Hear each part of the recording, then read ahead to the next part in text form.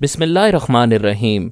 گمنام ہیروز کے معزز ناظرین و سامعین، السلام علیکم۔ ڈاکٹر محمد انیب سلیمی کے ساتھ آپ سن رہے ہیں دیوتا۔ تو آئیے بڑھتے ہیں کہانی کی جانب۔ تمہارے پاس لائٹر ہے، جہاں زیادہ اندھیرا ہو وہاں روشنی کر سکتی ہو۔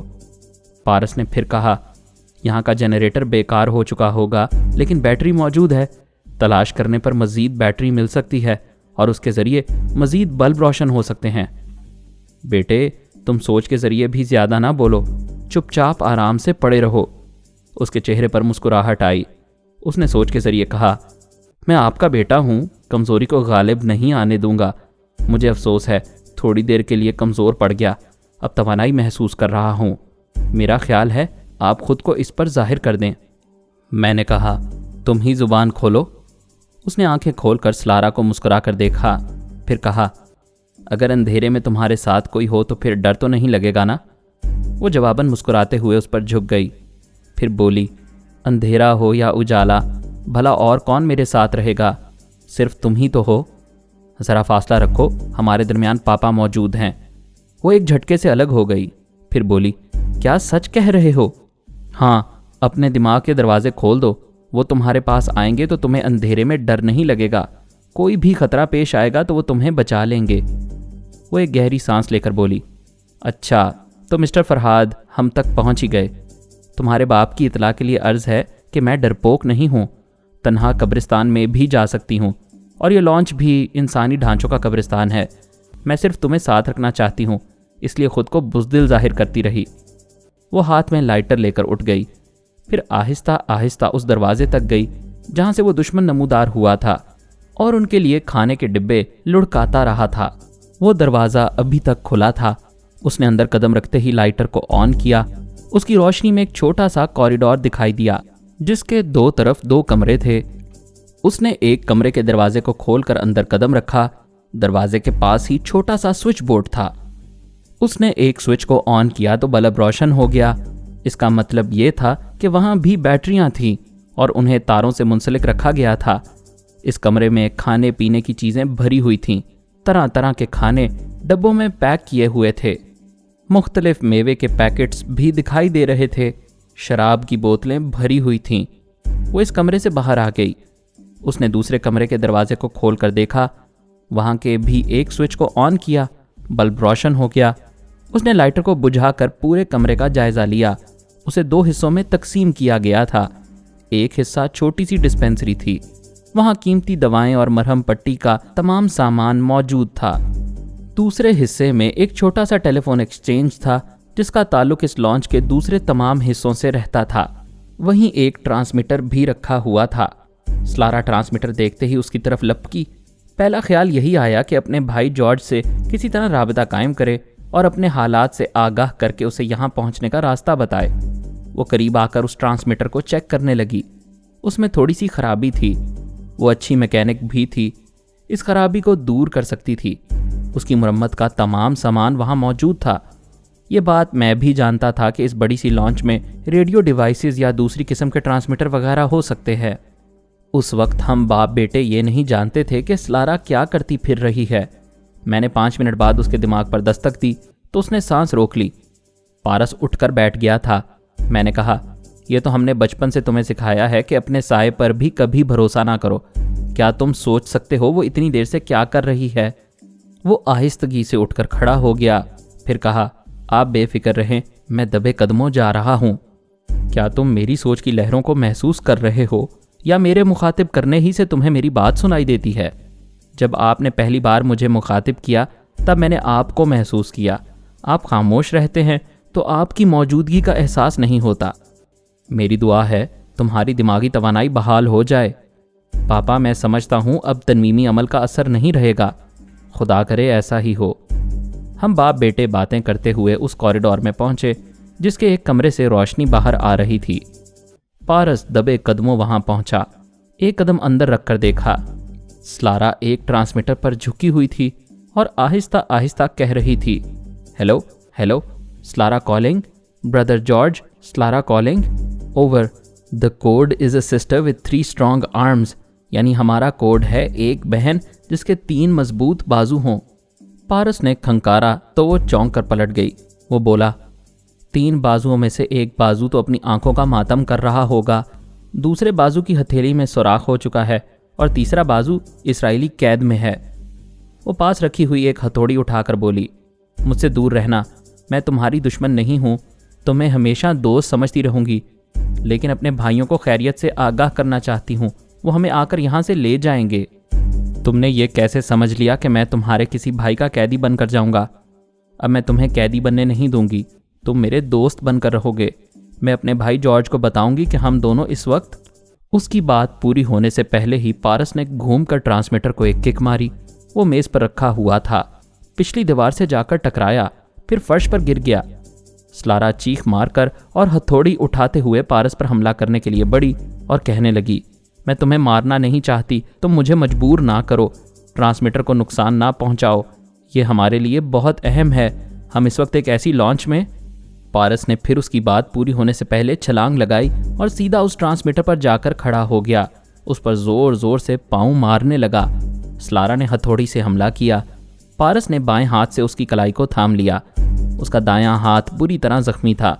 وہ اپنے دوسرے ہاتھ سے ہتھوڑی والے ہاتھ کو چھڑاتے ہوئے چیخ چیخ کر کہہ رہی تھی، اس وقت ہم ایک ایسی لانچ میں ہیں جو پچھلے دنوں طوفان کی زد میں آ گئی تھی اور اب جھاڑیوں اور گھنے درختوں کے درمیان آ کر پھنس گئی ہے۔ اس لانچ کا سارا عملہ مر چکا ہے۔ ہم اس دریا کے کنارے ہیں جو بلندی سے پستی کی طرف آتا ہے، پھر اس کی 2 شاخیں شمال اور جنوب کی طرف جاتی ہے۔ پارس نے کہا، جب تم نے یہ سارا پیغام بھائی تک پہنچا ہی دیا ہے تو اب مجھ سے جھگڑا کیوں کر رہی ہو؟ ہتھوڑی پھینک دو۔ چونکہ تم مجھے دوست سمجھ رہی ہو اس لیے میں تمہاری کلائی توڑنا نہیں چاہتا۔ اس نے ہتھوڑی پھینک دی۔ پارس نے اس کی کلائی چھوڑ دی، پھر ہنستے ہوئے کہا، تم بھائی کو پیغام پہنچا رہی تھی اور ٹرانسمیٹر کا سرخ بلب بجھا ہوا تھا۔ مجھے افسوس کے ساتھ کہنا پڑتا ہے کہ اب تمہارا کوئی پیغام بھائی جارج تک نہیں پہنچ سکے گا۔ اس نے پریشان ہو کر ٹرانسمیٹر کو دیکھا۔ پارس اس پر سے اتر آیا تھا۔ وہ بولی، کیا تم نے اسے توڑ دیا ہے؟ اگر یہ ٹوٹ گیا تو تم سے زیادہ احمق کوئی نہ ہوگا۔ کیا ہم ساری زندگی اس جنگل میں رہیں گے؟ میرے پاپا آ چکے ہیں، ہمیں کسی شہر تک پہنچنے میں دیر نہیں لگے گی۔ انشاءاللہ ہم کل دن کے کسی حصے میں کسی بڑے شہر تک پہنچ چکے ہوں گے۔ سلارا بے بسی سے دیوار کے پاس جا کر ٹک گئی تھی، کبھی ٹرانسمیٹر کو دیکھ رہی تھی، کبھی پارس کی باتیں سن رہی تھی۔ پھر اس نے مسکرا کر کہا، چلو جو تم کہتے ہو وہی صحیح، ہمیں کسی آبادی تک پہنچنا چاہیے، آؤ میں تمہاری مرہم پٹی کر دوں۔ وہ ڈسپینسری والے حصے میں آئے۔ میں محتاط تھا کہیں وہ کوئی چال نہ چلے، میرے بیٹے کو کوئی ایسی دوا نہ لگائے جس سے وہ وقتی طور پر بے ہوش ہو جائے اور وہ ٹرانسمیٹر کے ذریعے اپنے بھائی سے رابطہ کرنا شروع کر دے۔ پارس نے میری ہدایت کے مطابق کہا، سلارا ہم دوست ہیں یا دشمن، ابھی اس کا حتمی فیصلہ نہیں ہوا ہے۔ وہ مسکرا کر بولی، کیوں نہیں ہوا ہے؟ جب عورت دل سے فیصلہ کر لے تو وہ بات حرف آخر ہوتی ہے۔ تم اس ٹرانسمیٹر کی مرمت کر سکتی ہو، مجھے کسی دوا کے ذریعے وقتی طور پر بے ہوش کر کے اپنے بھائی سے رابطہ قائم کر سکتی ہو، کیا یہ مجھ سے دوستی ہوگی؟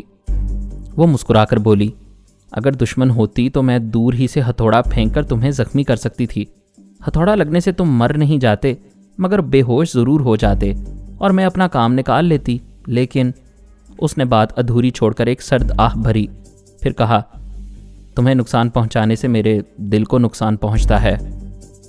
اس کے زخم صاف کر کے مرہم لگا کر پٹی باندھنے لگی، پھر اس کے کھانے کے لیے کچھ دوائیں تجویز کیں۔ میں نے پارس سے ان دواؤں کا نام معلوم کر کے اطمینان ظاہر کیا۔ وہ دوائیں کھانے پر آمادہ ہو گیا۔ سلارا نے کہا، ابھی نہیں، تم بھوکے پیٹ ہو اور میں بھی بھوکی ہوں، پہلے کھانا کھائیں گے پھر تم دوا کھاؤ گے۔ وہ دونوں سٹور میں آ کر اپنی اپنی پسند کے کھانے کے ڈبے لے کر کھانے لگے۔ پارس کبھی پیٹ بھر کر نہیں کھاتا تھا، بچپن سے ہی اس کو یہی عادت ڈالی گئی تھی۔ سلارا بھی سمجھدار تھی، وہ بھی کم کھانے کی عادی تھی، لیکن بھوک زیادہ تھی، جی چاہتا تھا زیادہ سے زیادہ کھایا جائے۔ کھانا بھی لذیذ تھا۔ اس نے پارس سے کہا، یہ کیا، تم نے تو ابھی تک آدھا ڈبہ بھی نہیں کھایا؟ میں اور نہیں کھاؤں گا، پھر میں بھی نہیں کھاؤں گی، بھوکی رہ جاؤں گی۔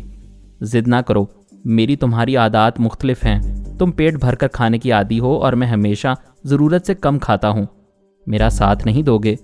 میں نے کہا، یہ تمہیں زیادہ سے زیادہ کھلانا چاہتی ہے تاکہ پیٹ بھر کے کھانے کے بعد تم نڈھال ہو جاؤ، زیادہ تھکن محسوس کرو اور غفلت کی نیند سو جاؤ۔ اگر میں غافل ہو جاؤں اور گہری نیند سو جاؤں تو کیا آپ میرے دماغ میں نہیں رہ سکیں گے؟ ضرور رہ سکوں گا، لیکن یہ معلوم نہیں کر سکوں گا کہ وہ کیا کر رہی ہے۔ کیا آپ مجھے نیند سے بیدار نہیں کر سکیں گے؟ کر سکتا ہوں۔ تم پچھلی رات سے تھکے ہوئے ہو، میں چاہتا ہوں تم اپنے دماغ کو خود ہدایات دے کر اپنی نیند سو اور اپنے طور پر بیدار ہو سکو۔ یہ اسی وقت ممکن ہے جب ہم سلارا کو کسی طرح گہری نیند سلا دیں۔ پاپا، ایک آئیڈیا ہے، میں کھانے کا مقابلہ کرتا ہوں، خود کھاؤں گا اور اسے بھی زیادہ سے زیادہ کھلاؤں گا۔ ایسا کر سکو تو یہ گہری نیند میں ڈوب جائے گی۔ پارس نے کہا، تم بہت ضد کرتی ہو، پتہ نہیں کیا بات ہے۔ میں تمہاری ضد کو ٹال نہیں سکتا، لیکن میں تنہا نہیں کھاؤں گا، میں تو تمہارے ساتھ کھا رہی ہوں۔ دیکھو، اپنی اپنی گنجائش کی بات ہوتی ہے۔ میں زیادہ نہیں کھاتا ہوں، لیکن تمہارا ساتھ دینے کے لیے 1 چمچ کھاؤں گا تو تم 2 چمچے کھاؤ گی، یعنی تم 1 ڈبہ کھاؤ گے تو میں 2 ڈبے۔ اب تو کھانے پر بات ہے، جب مقابلہ ہوگا تو ہم کھاتے ہی جائیں گے۔ کیا تمہارا باپ مجھے نادان بچی سمجھتا ہے؟ مجھے بڑا غصہ آیا۔ وہ اتنی نادان بچی بھی نہیں تھی کہ میرے بچے سے دل کے معاملات پر بات کرتی۔ پارس نے کہا، اگر تمہیں شبہ ہے کہ میں اپنے پاپا کے کہنے سے ایسی باتیں کر رہا ہوں تو بحث نہ کرو، میں اپنی گنجائش کے مطابق کھا چکا ہوں، اب تم ہی کھاتی رہو۔ بات نہ بن سکی، اس نے بھی کم کھایا۔ پھر وہ وہاں سے نکل کر پوری لانچ کا جائزہ لینے لگے۔ انہیں 2 ٹارچ بھی مل گئی تھیں، لہٰذا تمام بتیاں بجھا دی گئیں تاکہ بیٹری کم سے کم خرچ ہو۔ اب انہیں تھکن محسوس ہو رہی تھی، وہ سو جانا چاہتے تھے، لیکن سونے کے لیے مناسب جگہ تلاش کر رہے تھے۔ اوپر والا کیبن بہت صاف ستھرا تھا، وہاں رات گزاری جا سکتی تھی، لیکن جنگل کا کوئی درندہ اونچے پتھروں یا درختوں سے چھلانگ لگا کر عرشے تک پہنچ سکتا تھا اور اس کیبن میں آ سکتا تھا، کیونکہ اس کا دروازہ ٹوٹا ہوا تھا۔ اس لانچ میں جتنے لوگ مردہ پائے گئے تھے ان سب کا سامان موجود تھا۔ لانچ میں اور بہت کچھ ہو سکتا تھا۔ پارس کے ساتھ مقابلہ کرنے والا آخری وقت تک کسی خزانے کا ذکر کرتا رہا تھا، پھر دم توڑتے وقت لیزا سے ہیروں کے متعلق کچھ کہہ رہا تھا۔ اس کا مطلب یہ تھا کہ وہاں کوئی خزانہ چھپا ہوا ہے یا قیمتی ہیرے ضرور موجود ہیں۔ سلارا کے دماغ میں وہ ہیرے چبھ رہے تھے۔ اتنی تھکن کے باوجود اس نے کہا، ہم وہ ہیرے تلاش کریں گے۔ جلدی کیا ہے، صبح تلاش کر لینا۔ اگر ہمیں معلوم ہو جائے کہ وہ شخص اس لانچ کے کس حصے میں راتیں گزارتا تھا تو وہ ہیرے مل سکتے ہیں، اس نے وہیں چھپائے ہوں گے۔ وہ باتیں کرتے ہوئے اس حصے سے گزر رہے تھے جہاں وہ شخص مردہ پڑا ہوا تھا۔ پارس چلتے چلتے رک گیا، اس لاش کو سوچتی ہوئی نظروں سے دیکھنے لگا۔ سلارا نے پوچھا، کیا بات ہے؟ اسے وہ ہیرے بہت عزیز تھے، اور جو چیز عزیز ہوتی ہے وہ جان سے لگا کر رکھی جاتی ہے۔ ہیرے اس کے پاس بھی ہو سکتے ہیں۔ سلارا نے خوش ہو کر کہا، او گاڈ، یہ تو میں بھول ہی گئی تھی، میں ابھی تلاشی لیتی ہوں۔ وہ تیزی سے آگے بڑھ کر اس کی جیبیں ٹٹولنے لگی۔ اس کے بعد اس کی کمر کی بیلٹ کو کھولا تو اس کے خفیہ خانے سے ہیرے برآمد ہو گئے۔ وہ چھوٹے چھوٹے ہیرے 25 عدد تھے، ٹارچ کی روشنی میں ایسے چمک رہے تھے کہ آنکھیں ان پر نہیں ٹھہرتی تھیں۔ سلارا کی خوشی بتا رہی تھی اسے ہیرے جواہرات سے بہت لگاؤ ہے۔ وہ انہیں دونوں ہتھیلیوں پر رکھ کر کبھی سینے سے لگا رہی تھی، کبھی چہرے سے اور کبھی ہونٹوں سے، اور کہتی جا رہی تھی، یہ میں لوں گی، سب کے سب میں لوں گی، کیا تم اپنا حصہ لینا چاہو گے؟ پارس نے جواب نہیں دیا، چپ چاپ اسے تکتا رہا۔ سلارا نے ایک ادائے ناز سے مسکراتے ہوئے ہیروں کو مٹھی میں دبا لیا، پھر انہیں اپنے گریبان میں ڈال لیا۔ اس کے بعد کہا، اب تم ہاتھ نہیں لگا سکو گے، لگاؤ گے تو ان ہیروں کی طرح میرے دل میں اتر جاؤ گے۔ پارس اس کے قریب آیا، پھر ٹارچ دیتے ہوئے بولا، مجھے روشنی دکھاؤ۔ اگر اس لاش کو یہاں سے باہر نہ پھینکا گیا تو صبح تک ہم اس کی بدبو سے ٹھہر نہیں سکیں گے۔ اس نے لاش کو ایک ٹھوکر ماری، وہ دوسری طرف الٹ گئی، ڈھانچہ اس کے اوپر آ گرا۔ پارس نے ڈھانچے کو پکڑ کر کھینچا، اسے الگ کیا، پھر ایک طرف پھینک کر لاش کی ٹانگوں کو پکڑ کر گھسیٹتا ہوا لے جانے لگا۔ لانچ کے نچلے حصے کے تمام دروازے بند تھے۔ اس شخص نے یہاں تنہا رہ کر انہیں بند رکھا تھا تاکہ کوئی جنگلی جانور اندر نہ آئے۔ پارس اس لاش کو گھسیٹتا ہوا زینے سے اوپر لے گیا، پھر عرشے پر پہنچ کر اسے بالکل کنارے پر لا کر نیچے کی طرف الٹ دیا۔ دھپ سے نیچے گرنے کی آواز آئی۔ اس نے سلارا سے ٹارچ لے کر نیچے روشنی کی۔ وہ لاش وہاں جھاڑیوں میں جا کر الجھ گئی تھی۔ وہ دونوں پھر لانچ کے نچلے حصے میں آ گئے۔ سلارا نے اپنے سینے پر ہاتھ رکھا، وہاں ہیرو کو محسوس کیا، پھر کہا آج میں بہت گہری نیند سو سکوں گی، ابھی لانچ کا بہت سا حصہ دیکھنا باقی ہے، یہ کام صبح ہو سکتا ہے، ہمیں سو جانا چاہیے، بڑی تھکن محسوس ہو رہی ہے۔ سلارا نے پوچھا کیا تمہارے پاپا موجود ہیں؟ موجود ہو سکتے ہیں، مجھے علم نہیں ہے۔ کیا تم بیرونی سوچ کی لہروں کو محسوس نہیں کر سکتے؟ زخم کے بھرنے تک شاید محسوس نہ کر سکوں، تم انہیں مخاطب کرو۔ ہیلو پاپا، آپ موجود ہیں؟ میں نے کہا میں تھوڑی دیر کے لیے گیا تھا تاکہ تمہارے پاس پہنچنے کے انتظامات کیے جا سکیں، جب تک تم حفاظت سے کہیں نیند پوری نہیں کرو گے میں موجود رہوں گا، تمہارے سونے کے بعد چلا جاؤں گا۔ پارس نے سلارا سے کہا پاپا مجھے سلانے کے بعد چلے جائیں گے، کیا تم ننھے بچے ہو؟ تمہیں اعتراض کیوں ہے؟ جب دو جوان بچے رات کو کہیں تنہا ہو تو بزرگوں کو وہاں سے چلے جانا چاہیے۔ بے شک ہم دو جوان بچے ہیں، پاپا کو میری عمر معلوم ہے، تم ذرا اپنی عمر بتا دو تاکہ انہیں یقین ہو جائے کہ تم بھی جوان بچی ہو۔ محبت اور جنگ میں عمر نہیں، حوصلے اور جذبے دیکھے جاتے ہیں۔ یعنی عمر زیادہ ہے اس لیے بتانا نہیں چاہتی؟ ظاہر ہے تم سے زیادہ ہے، یعنی مجھ سے دگنی عمر ہے۔ وہ ناراض ہو کر بولی کیا مجھے بوڑھی سمجھتے ہو؟ ایک بات یاد رکھو، جب تک عورت جوان رہتی ہے 16 برس سے آگے نہیں بڑھتی۔ وہ باتیں کرتے ہوئے پھر اسی مختصر سے کوریڈور میں آئے۔ پارس نے اس کمرے کا دروازہ کھولا جس میں کھانے کا سامان تھا، پھر اس نے کہا تم یہاں رات گزارو، میں سامنے والے کمرے میں اپنی نیند پوری کروں گا۔ نہیں، میں سامنے والے کمرے میں سونا چاہتی ہوں۔ اگر تم اس کمرے میں سونا چاہو گی تو میں وہاں سے ٹرانسمیٹر اٹھا کر دوسرے کمرے میں لے جاؤں گا یا ہتھوڑی سے چور چور کر دوں گا۔ وہ بے بسی سے بولی لیکن ہم الگ الگ کمرے میں کیوں سوئیں گے؟ اس لیے کہ پاپا تمہاری طرح مجھے جوان نہیں صرف بچہ سمجھتے ہیں، جب تک وہ مجھے گہری نیند نہیں سلائیں گے نہیں جائیں گے۔ وہ اس کمرے میں آئی جہاں کھانے کا سامان تھا۔ پارس نے 2 میزوں کو ایک جگہ لا کر رکھا تھا تاکہ اس کے لیے سونے کی اونچی جگہ بن جائے۔ پھر وہ دوسرے کمرے میں آیا، دروازے کو اندر سے بند کر کے اپنے لیے بھی اسی طرح سونے کی اونچی جگہ بنائی اور آرام سے لیٹ گیا۔ میں نے کہا اب اطمینان سے اپنے دماغ کو ہدایت دو اور سو جاؤ، میں تمہارے پاس پہنچنے کے سلسلے میں ضروری انتظامات کر رہا ہوں، انشاءاللہ کل کسی وقت پہنچ جاؤں گا۔ اس نے آنکھیں بند کر لیں، جسم کو ڈھیلا چھوڑ دیا، دماغ کو ہدایات دیں کہ صبح تک آرام سے سوتا رہے۔ اگر کوئی انسان یا جانور اس لانچ میں قدم رکھے یا کوئی غیر معمولی بات ہو تو فوراً آنکھ کھل جائے۔ یہ ہدایات دے کر وہ گہری نیند میں ڈوبتا چلا گیا۔ جیسا کہ میں بیان کر چکا ہوں، پیرس میں 3 نامعلوم افراد مجھے تلاش کرتے پھر رہے تھے اور سپر ماسٹر کے 2 کمپیوٹر مین رابرٹ رینگو اور بروس مارٹن نقلی پارس کو اصلی سمجھ کر اسے اغوا کرنے کے پھیر میں تھے۔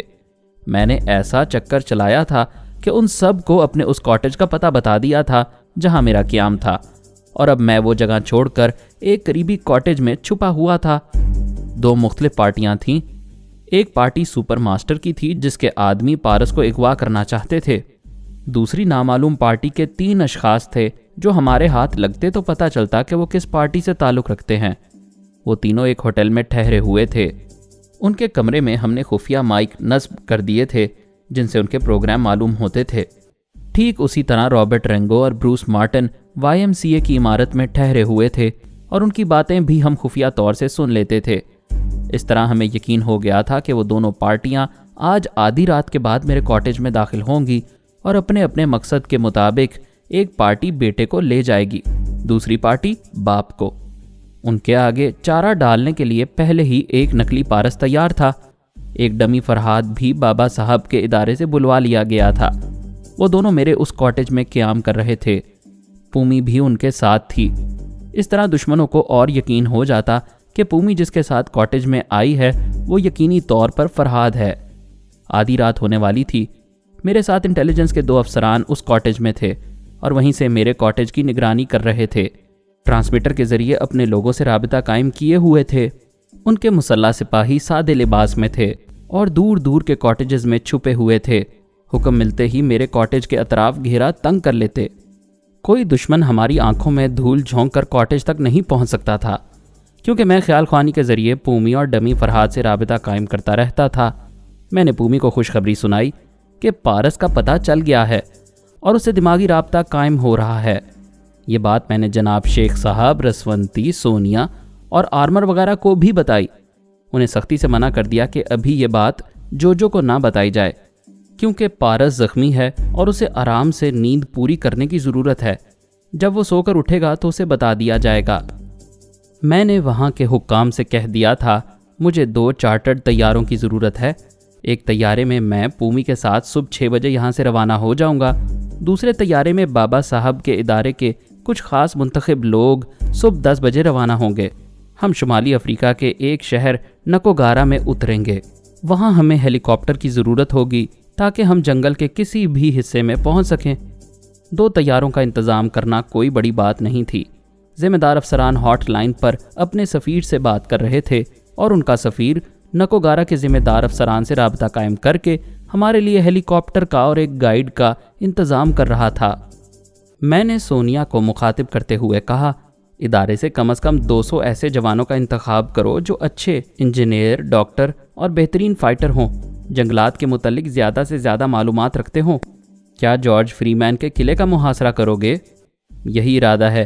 اس قلعے کے تہہ خانے میں ٹرانسفارمر مشین ہے، اس مشین کو ہر حال میں تباہ کرنا ہے۔ سونیا نے کہا، پارس کو اس قلعے سے نکلے 24 گھنٹے ہو چکے ہیں۔ جارج فری مین نادان نہیں ہے، وہ سمجھتا ہوگا کہ پارس سے رابطہ قائم کر کے تم اس مشین کے متعلق معلومات حاصل کر لو گے، لہٰذا اس نے پہلی فرصت میں وہ مشین وہاں سے کہیں اور منتقل کر دی ہوگی۔ بے شک اس نے ایسا ہی کیا ہوگا، لیکن اس کے پاس ایک ہی ہیلی کاپٹر تھا جو طویل سفر کے کام آ سکتا تھا۔ اسے ہمارے بیٹے نے تباہ کر دیا ہے۔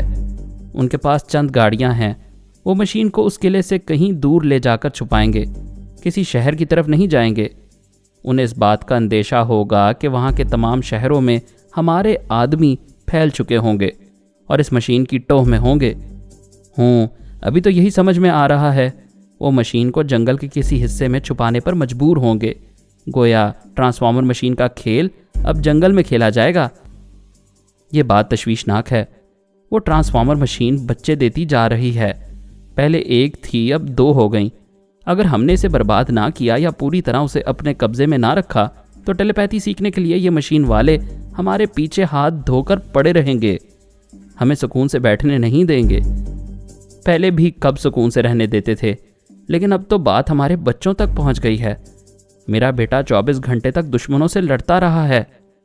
اچھی بات ہے، اس طرح اس نے اپنی خود اعتمادی کا ثبوت دیا ہے۔ اچھی بات ضرور ہے، لیکن ہمیں ابتدا میں کسی بھی مہم کے دوران بچوں کے ساتھ رہنا چاہیے۔ بعد میں یہ تنہا مصائب سے لڑتے رہیں تو ہمیں زیادہ فکر نہیں ہوگی۔ میں تم سے متفق نہیں ہوں، بچوں کو انگلی پکڑ کر نہ چلاؤ۔ میں پارس اول کے سلسلے میں اعتماد سے کہتی ہوں، وہ ہم بڑوں سے کم نہیں ہے۔ شیبہ نے، آمنہ نے اور میں نے اس میں کوئی کمی نہیں چھوڑی۔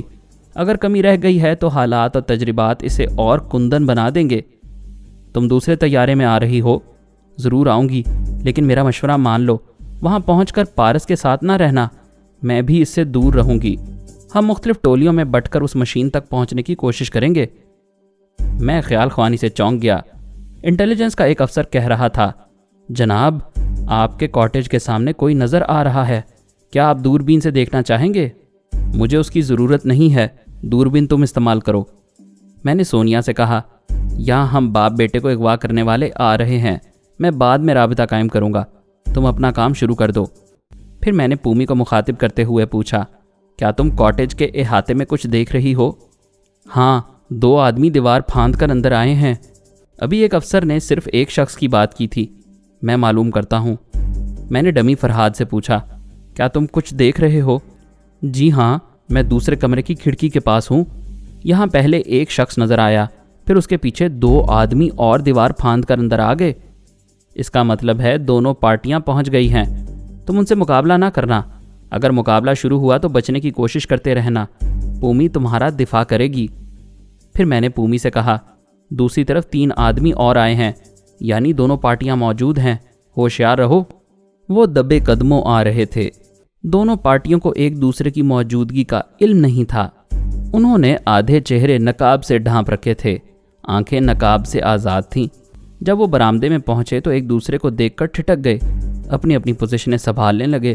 صرف چند سیکنڈ میں انہوں نے سمجھ لیا کہ ان کے مقابلے پر قانون کے محافظ نہیں ہیں، اگر ہوتے تو دھمکیاں دیتے، للکارتے، گولیاں بھی چلاتے، لیکن دونوں پارٹیاں چوروں کی طرح خاموش تھیں۔ پھر ایک نے سرگوشی میں پوچھا، تم لوگ کون ہو؟ دوسری طرف سے کہا گیا، یہی سوال ہم بھی کرتے ہیں۔ اس کاٹیج میں فرحاد موجود ہے، ہم اسے گرفتار کر کے لے جائیں گے۔ دوسری پارٹی نے کہا، اسی کاٹیج میں پارس بھی موجود ہے، ہم اسے اٹھا کر لے جائیں گے۔ اگر ایسا ہے تو ہمارے درمیان کوئی اختلاف نہیں ہے، ہم اپنا کام کر کے چپ چاپ نکل جائیں گے۔ وہ مجرم تھے، کوئی سیاست دان نہیں تھے کہ کسی فیصلے تک پہنچنے کے لیے سال ہا سال تک مذاکرات جاری رکھتے۔ انہوں نے 1 منٹ میں سمجھوتا کر لیا، پھر سب کے سب ایک دروازے تک آئے۔ بروس مارٹن نے کہا، میں صرف ایک گھونسا مار کر یہ دروازہ توڑ سکتا ہوں۔ اس کی بات پوری ہوتے ہی ان تینوں آدمیوں میں سے ایک نے دروازے پر زور کا گھونسا مارا۔ اس کا ہاتھ دروازہ توڑتا ہوا اندر چلا گیا۔ ڈمی فرحاد نے چونک کر پوچھا، کون ہے؟ دروازہ ٹوٹ کر گر چکا تھا۔ وہ 5 اندر گھس آئے۔ میرا ڈمی پارس کے ساتھ بستر پر اٹھ بیٹھا تھا۔ ان 5 کو دیکھتے ہی دونوں نے چھلانگ لگائی، پھر فرش پر پہنچ گئے۔ آنے والوں میں سے ایک نے کہا، دونوں باپ بیٹے پھرتیلے ہیں، لیکن ہم مقابلہ کرنے نہیں آئے ہیں، چپ چاپ چلو گے تو اچھی بات ہے۔ میرے ڈمی نے پوچھا، اور اگر نہ چلیں تو؟ ہم بے ہوش کر کے لے جائیں گے۔ آخر تم لوگ چاہتے کیا ہو؟ ان میں سے ایک نے کہا، ہم تمہیں لے جانے آئے ہیں۔ دونوں کمپیوٹر مین میں سے ایک نے کہا، اور ہم پارس کو لے جائیں گے۔ پارس اچھل کر ڈمی فرحاد کے پاس آ گیا۔ میں نے ڈمی کی زبان سے کہا، تم کہتے ہو جھگڑا نہیں ہونا چاہیے اور جھگڑے کی بات بھی کر رہے ہو، بھلا یہ کیسے ہو سکتا ہے کہ باپ اور بیٹے کے راستے جدا ہو جائیں اور میں اپنے بیٹے کو کہیں اور جانے دوں؟ تم لوگ اپنے فیصلے میں ذرا تبدیلی کرو۔ اگر میں جاؤں گا تو بیٹے کے ساتھ، ورنہ کوئی فرحاد علی تیمور کو زبردستی نہیں لے جا سکے گا۔ ایک نے کہا، کیوں ہم سے ڈرامہ کرتے ہو؟ یہ اصلی پارس نہیں ہے، تمہارا بیٹا نہیں، ایک ڈمی ہے۔ میں نے ڈمی کی زبان سے پوچھا، تمہیں کیسے معلوم ہوا کہ یہ اصلی نہیں ہے؟ اس نے کہا، ہماری معلومات بہت وسیع ہیں، ہم اپنے اجنبی ساتھیوں سے درخواست کریں گے کہ وہ اس ڈمی پارس کا خیال چھوڑ کر واپس چلے جائیں۔ کمپیوٹر مین نے کہا، واہ بہت خوب، کیا چال چل رہے ہو؟ فرحاد کو راضی خوشی لے جانے کے لیے پارس کو ڈمی کہہ رہے ہو تاکہ ہم اسے دست بردار ہو جائیں۔ پومی نے کمرے میں داخل ہو کر کہا، معلوم ہوتا ہے تم لوگ 2 مختلف پارٹیوں کے آدمی ہو۔ اب ایک پارٹی پارس کو ڈمی کہہ رہی ہے اور دوسری فرحاد کو ڈمی کہنا شروع کر دے گی۔ ایسا کہنے سے زبان گھس تو نہیں جائے گی؟ تینوں میں سے ایک نے کہا، ہمیں وقت ضائع نہیں کرنا چاہیے، ہم فرحاد کے ساتھ ڈمی پارس کو بھی لے جائیں گے۔ دونوں کمپیوٹر مین نے کہا، پارس کو تو تمہارے باپ بھی نہیں لے کے جا سکیں گے، اگر یہ ضد ہے تو تم باپ بیٹے کو لے جا سکتے ہو، تو یہی ہماری بھی ضد ہے، ہم ان دونوں کو لے جا کر دکھائیں گے۔ اس کی بات ختم ہوتے ہی منہ پر گھونسا پڑا، بڑا زبردست گھونسا تھا، لیکن کمپیوٹر مین صرف 2 قدم پیچھے گیا، پھر اس نے گھوم کر ایک لات جمائی۔ وہ آنے والے 3 آدمی بھی کمپیوٹر مین سے کسی طرح کم نہیں تھے، اس پر بھی لات کا اثر نہ ہوا۔ پھر وہ 5 ایک دوسرے سے گتھم گتھا ہو گئے، کوئی کسی کو مار رہا تھا، کوئی کسی سے بچ رہا تھا۔ ان کی لڑائی ایسی تھی جیسے 5 ہاتھی ایک دوسرے سے ٹکرا رہے ہوں۔ ان کا ہاتھ پاؤں کمرے کی جس چیز پر پڑتا تھا وہ سلامت نہیں رہتی تھی۔ ایک نے اچھل کر دوسرے کو لات ماری، پھر دوسرا ایک طرف ہٹ گیا، اس کی لات الماری پر لگی اور اسے توڑتی ہوئی اندر گھس گئی۔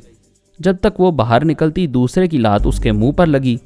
ایک شخص پلنگ پر آ کر گرا، اگر وہ تنہا گرتا تو کوئی بات نہیں تھی، دوسرا اس پر چھلانگ لگا کر آیا تو پلنگ کا درمیانی حصہ فرش پر بیٹھ گیا۔ جنگ شدت اختیار کر رہی تھی۔ وہ لڑنے والے اپنے اپنے مخالف کے متعلق ہی اچھی طرح سمجھ گئے تھے کہ وہ بھی ان کی طرح مشین کے ذریعے کمپیوٹر مین بنائے گئے ہیں، جو طاقت میں، ذہانت میں، رفتار میں، گفتار میں کمپیوٹر کی طرح تیزی سے کام کرتے ہیں۔ اس جنگ کے دوران ڈمی پارس چپ چاپ کمرے سے نکل گیا تھا۔ تمام مسلح افراد احاطے کے اندر پہنچ گئے تھے اور کاٹیج کو چاروں طرف سے گھیر لیا گیا تھا۔ وہ اب دوسرے کمرے میں داخل ہو رہے تھے۔ پومی نے ڈمی فرحاد کا ہاتھ پکڑا، پھر آہستہ آہستہ وہاں سے کھسکنے لگی۔ اچانک ایک کمپیوٹر مین چھلانگ لگا کر آیا اور ان کا راستہ روکتے ہوئے پوچھا، خبردار، پارس کہاں ہے؟ وہ جواب کا انتظار کیے بغیر دوسرا دروازہ کھول کر جانا ہی چاہتا تھا، لیکن اچھل کر پیچھے آ گیا۔ دروازہ کھلتے ہی تڑا تڑ فائرنگ ہوئی تھی، گولیاں اس کی ٹانگوں میں لگی تھیں۔ فائرنگ کی آواز پر لڑائی بند ہو گئی۔ سب نے چونک کر دیکھا، پھر جس کو جدھر موقع ملا وہاں سے فرار ہونے کی کوشش کرنے لگا۔ کھڑکیوں کو توڑ کر نکلنا ان کے لیے معمولی بات تھی، لیکن وہ جہاں سے بھی نکل رہے تھے وہاں سے فائرنگ ہو رہی تھی اور وہ چیخیں مار مار کر گر رہے تھے۔ فائرنگ کرنے والوں کو خاص طور پر ہدایت دی گئی تھی کہ وہ صرف ٹانگوں پر گولی ماریں تاکہ وہ فرار ہونے کے قابل نہ رہیں۔ وہ بڑے جیدار تھے، گولیاں کھانے کے بعد اپنی ٹانگوں پر کھڑے نہیں ہو سکتے تھے، لہٰذا فرش پر لڑکتے ہوئے آتے تھے اور مسلح افراد کی ٹانگوں پر کراٹے کا ہاتھ رسید کرتے تھے۔ سپاہیوں کو مجبور ہو کر ان کے ہاتھوں پر گولیاں چلانی پڑی۔ ذرا سی دیر میں وہ سب ٹھنڈے پڑ گئے۔ میں ان 3 آدمیوں کے دماغوں میں پہنچنے لگا جو ہمارے لیے اجنبی تھے۔ ان کی تھوڑی سی سوچ پڑنے کے بعد ہی ہمارے خیالات کی تائید ہو گئی۔ وہ تینوں سلارا اور جارج فری مین کے آدمی تھے اور ان کی ٹرانسفارمر مشین سے گزر کر آئے تھے۔ وہ تینوں تقریباً 4 برس تک جارج فری مین کے اس قلعے میں رہ چکے تھے، وہاں کی ایک ایک بات جانتے تھے۔ ہمیں ایک دن اس قلعے کے اندر پہنچنا تھا، لہٰذا میں وہاں کے بارے میں تفصیلی معلومات حاصل کرنے لگا اور یہ معلومات سونیا تک پہنچانے لگا۔ مزید اقساط سننے کے لیے ہمارے چینل کا سبسکرائبر بنیں اور ساتھ ہی بیل آئیکن کو کلک کریں تاکہ آپ کو ہر آنے والی نئی ویڈیو کی نوٹیفیکیشن ملتی رہے۔ ہماری ویڈیوز کو لائک اور شیئر کریں اور ہمیں اپنی دعاؤں میں یاد رکھیے گا۔ ISI اور پاک آرمی زندہ باد، پاکستان پائندہ باد۔ ہم پھر ملیں گے انشاءاللہ ایک نئی قسط کے ساتھ، تب تک کے لیے اللہ حافظ۔